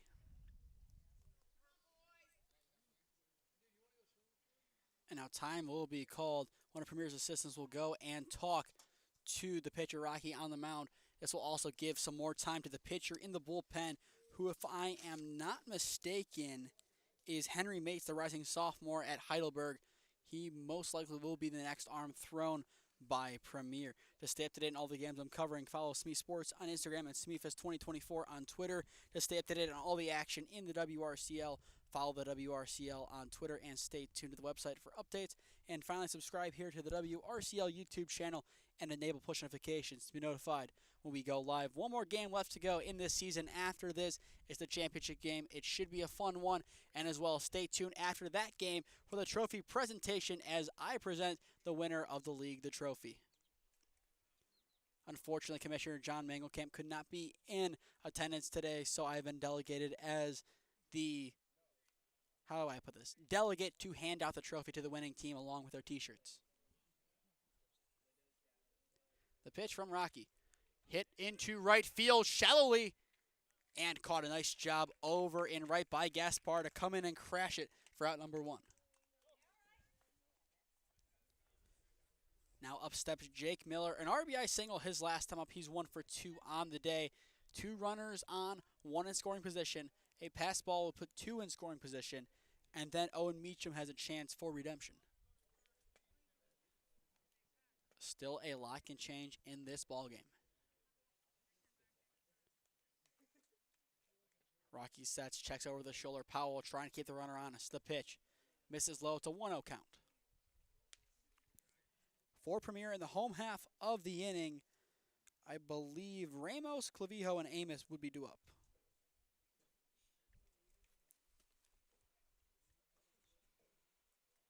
Rocky comes set. Now the pitch. Ground ball chopped to the left side and foul.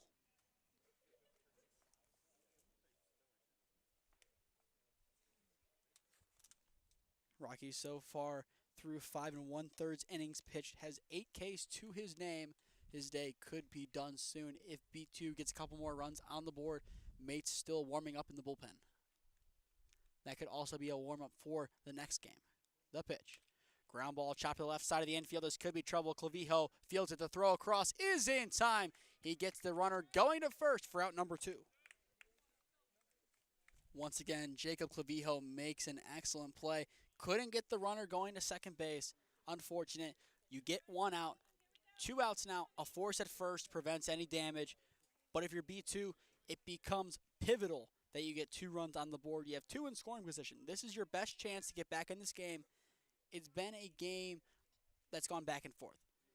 They get within 2, and then it goes to 3 or 4. They get back within 2, it goes to 3 or 4. They have been right there with Premier the whole game. They just need an inning to separate themselves from Premier. They've had a couple opportunities. The slow start didn't help. Now is their time to make amends and make the change late on in this game. The pitch. Fouled just off the pole. Looking at the trajectory of that baseball, I am very grateful for that pole. Unfortunately, the commentator's salary not enough for face surgery. Do not want to get hit in the face. Do not want to mess up my teeth. Invisalign was expensive enough. The pitch. Misses just outside.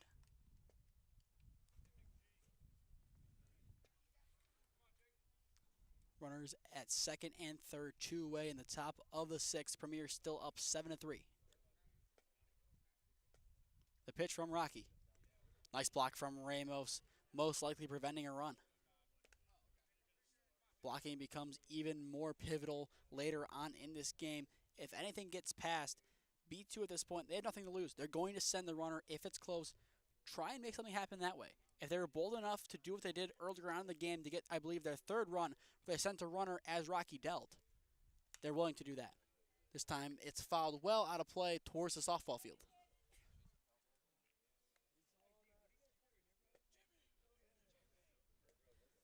Once again, the championship game will start 30 minutes after this one. So unless somehow we enter the next 5 minutes, we will have a delay from the 4:30 anticipated start.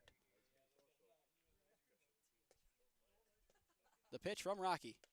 Goes inside. That will load the bases. And now up steps the leadoff hitter, Dylan Skidmore. 1 for 3 on the day, but it looks like we'll have a call to the bullpen before Skidmore steps up for his 4th cuts. Coach Wisniewski will go and talk to Rocky. If his day is done, 5 2/3 innings pitched, 8 strikeouts to his name. A solid outing, but B2 has a chance to make something happen. The tying run will be up to bat when we return. It's a call to the bullpen for the 2 seed.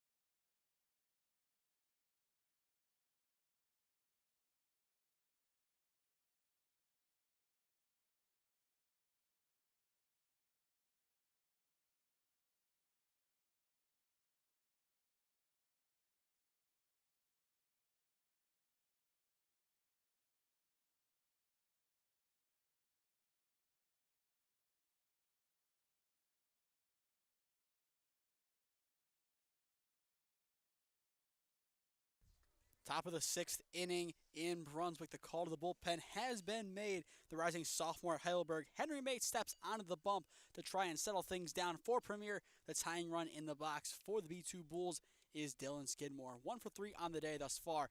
That pitch gets away from Ramos. Good cover. No one's going anywhere. It's a 1-0 count. Henry Mate played his high school ball here at Brunswick. Has 6 varsity letters, 3 football and 3 baseball in this past year. Made 2 appearances and had 1 strikeout as a freshman. Mates will come set. The 1-0. Popped up over to the left side. It has a chance to fall. But in the end, Masiak goes in and gets it. Retiring aside. Beat 2 strands the bases loaded. Middle of 6 here in Brunswick. Premier Ohio leads it 7-3.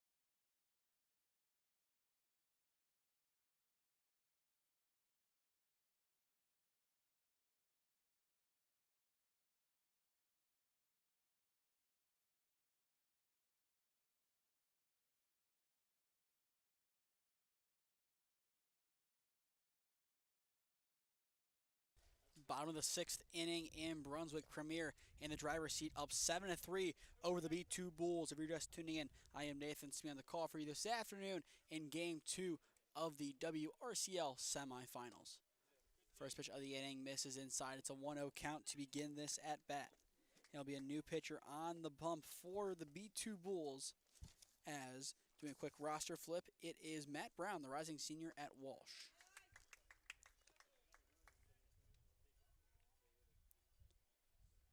So Ramos in the box so far today, reached on an error and a strikeout to his name, but more importantly, has the throw out at third base from behind the dish. Brown settling into life on the mound nicely. 2 strikes in a row, 1-2 on Ramos. After Ramos, Clavijo and Amos do up this inning. The pitch misses upstairs. No, 2-2 count. Looking at the clock right now, I would anticipate around a 4:45 start in the championship game. But then again, a madness could happen. The 2-2. Cranked into left field, and it drops in. It's a leadoff single for Ed Ramos. A nice bit of hitting from him. Just smacked it into left field, dropped it in front of the left fielder. And now he'll be ran for as David Ilgauskas will come on to run. Could potentially see him start in the championship game, the son of Cavs legend Zildrunas on the base path. Now up steps Jacob Clavijo. Had an RBI single his last time up. A base hit, a stolen bag, a base hit, and an RBI to his name. Now Ilgauskas goes. The throwdown from Gamber. Not in time. Almost had Ilgauskas going to second base.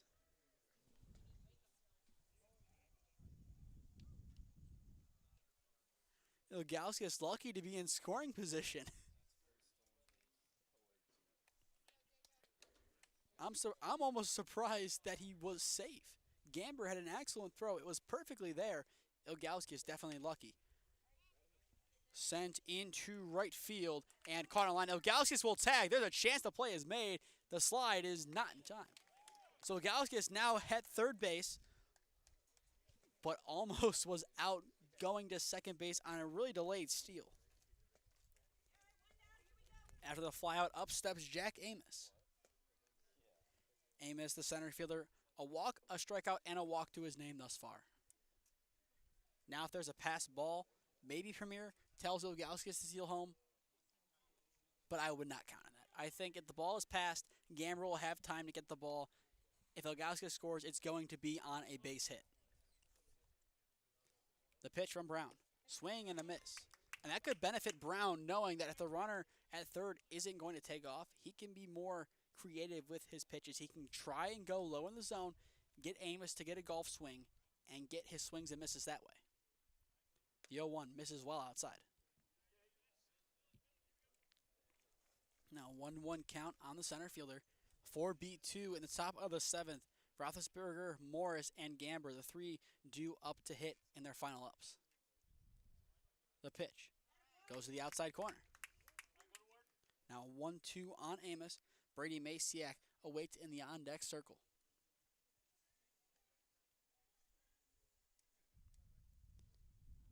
Brown looking for his first K of the ball game. The pitch. Nice block from Gamber. Still go down as a ball. The infield going in. The play will be attempted to be made at the plate. Brown will nod at the call given by Gamber. Infield creeps. The pitch. Another nice block from Gamber. Count now full on Amos, 3-2. B2 needs to keep the game at a 4-run ball game if they want to have a chance to come back in the top of the seventh. The payoff. Misses low. Amos's patience pays off as he has walked for the third time today. And now up steps Brady Maciak, the left fielder. A strikeout, a hit by pitch, a strikeout, and a stolen bag to his name thus far. With runners at the corners, wouldn't be surprised to see Amos go and steal second base because that would most likely give enough time for Ilgauskas to go and take home.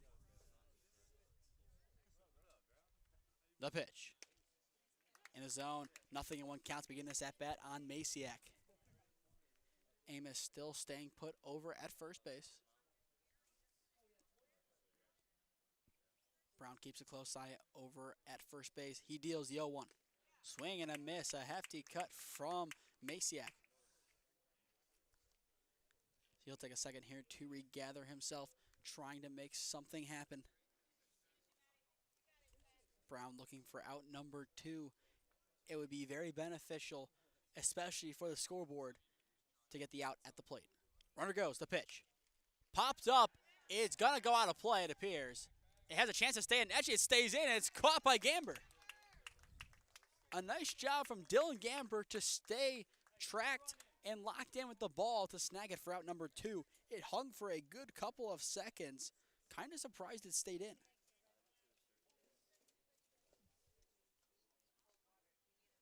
And now with 2 away, up steps Zach Gaspar, the right fielder.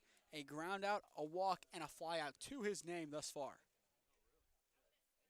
Runners remain at the corners for Premier.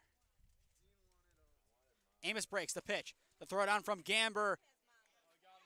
is in time. An excellent chuck from behind the dish, courtesy of Dylan Gamber, retires the side. Amos attempts to take second. Gamber says not so fast. He records the final 2 outs of the inning. We go into the 7th. Premier up 7-3. B2, 3 outs to work with to try and keep their season alive.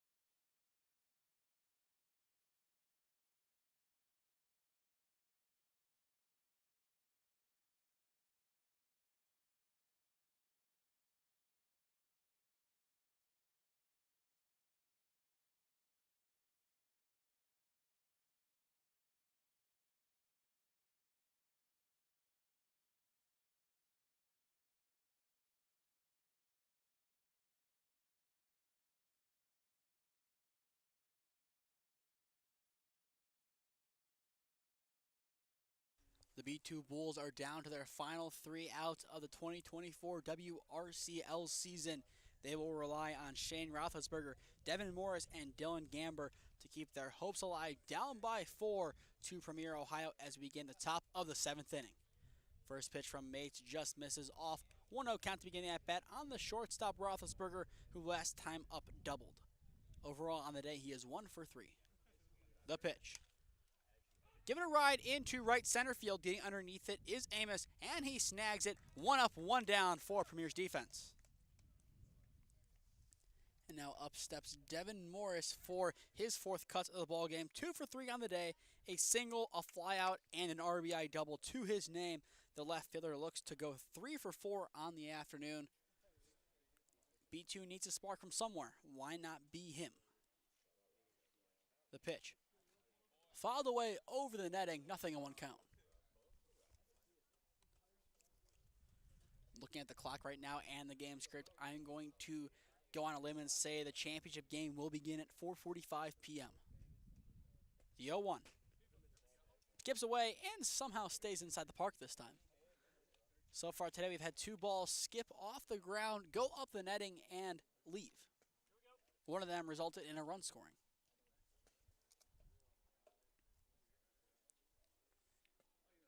Mates comes set.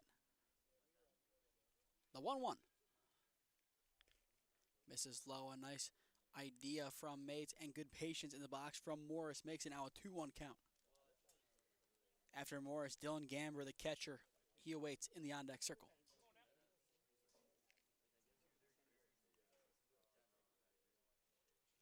Here comes Mates, 2-1. Misses low once again, a 3-1 count on Morris. The Bulls are going to need to work fast on the bases if they want to get some runs back in the 7th. This will be the start they need. The 3-1. Swing and a miss. A nice changeup. Makes him chase. Makes it a full count, 3-2. Mates is looking for what would be his first strikeout of the ballgame. Here comes the payoff pitch. Misses low. It's a 1-out walk for Devin Morris. So now up steps the catcher, Dylan Gamber. 2 strikeouts and a walk to his name. Last inning, he threw out Jack Amos, attempting to steal second base. A double play would end it.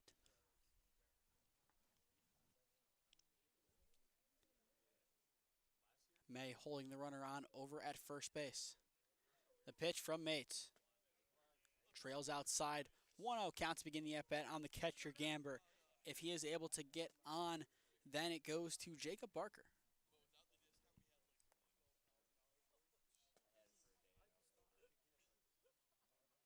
The 1-0 misses outside, now a 2-0 count. Ramos keeps it close.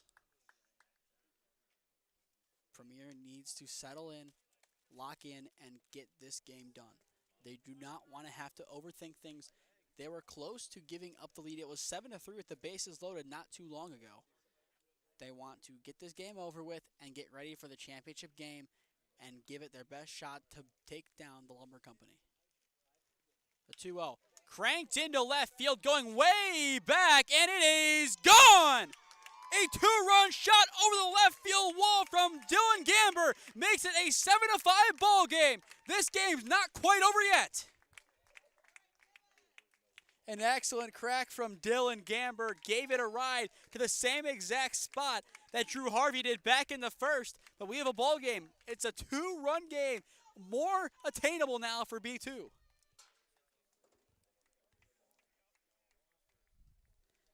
And now looking back to those runs that were left stranded, how pivotal would they be in the final box score?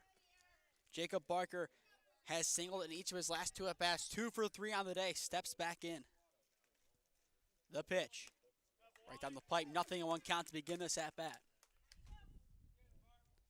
Jacob Barker, his dad Len Barker, the last Indians pitcher to throw a perfect game in the dugout, still looking on as his son has played an excellent game today. That swing not helping, unable to make contact. Even if Barker is retired here, 2 for 4, a really good day from him, and also a couple nice plays over at first base. Mates wastes no time, delivers. Misses inside, gives Barker's face a little welcome gift. So now a 1-2 count. Mates looking for out number 2. The pitch goes outside and just misses. That will even it up. I said it a couple minutes ago before the home run. Premier just needs to get this game over with and get into the championship game. The 2-2. Fouled away. The count remained 2-2. A nice job from Barker getting a piece of the ball. It survive and advance. Get to a pitch you like and give it a ride.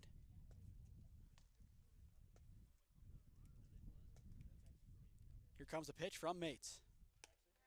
Misses outside to now full count 3-2 on Barker. If he's able to get on, Jalen Sanders would be the tying run and he would be in the box. Premier has some light action in their bullpen. It's a big pitch upcoming. The 3-2. Swing and a miss. It's fouled into the glove. First K of the game recorded by Mates. Retires Barker for out number 2. And now the pressure all falls on Jalen Sanders, the lefty. So far today, 2 for 3 or 1 for 3, depending on how you score his first at-bat. Maybe took a clip off of Rocky's glove. Either way, he's reached twice, stolen 2 bags. He has had himself a solid game as the designated hitter. The pitch from Mates. In the zone, 0-1 count to begin this at-bat. Based on where that spot was, Mates should just attack the outside corner. It looks like he's going to get the call out there, so why not attack it? Now time will be called.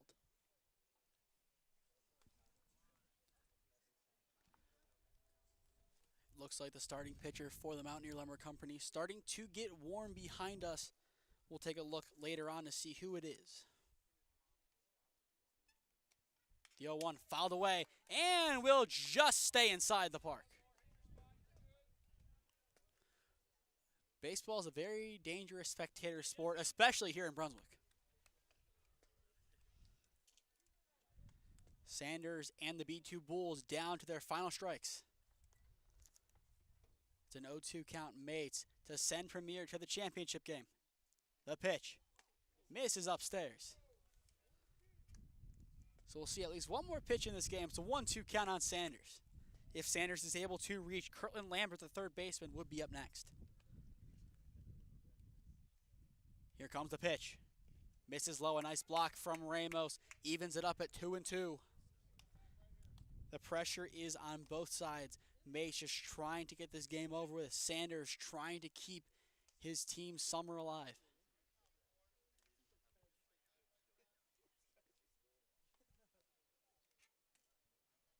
All eyes on Mates and Sanders. It's a 2-2 count. The sophomore Heidelberg sets. The pitch. Ground ball chopped to the right side. This could do it. May grabs it and steps on first base, ending the game. Premier makes it to the WRCL championship game, taking down the B2 Bulls 7-5. An excellent game from Premier. It got close towards the end, courtesy of Dylan Gamber's homer, but his efforts weren't enough.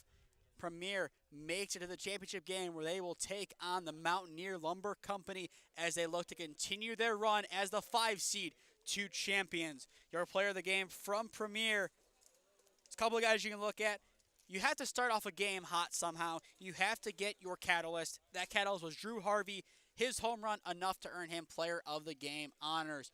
We'll be back on in around a half an hour to bring you the WRCL championship game between the 2 seed Premier Ohio and the 5 seed, the Mountaineer Lumber Company. To stay up to date on all the games I'm covering, follow Smee Sports on Instagram and SmeeFest2024 on Twitter. To stay up to date on all the action in the WRCL, follow the WRCL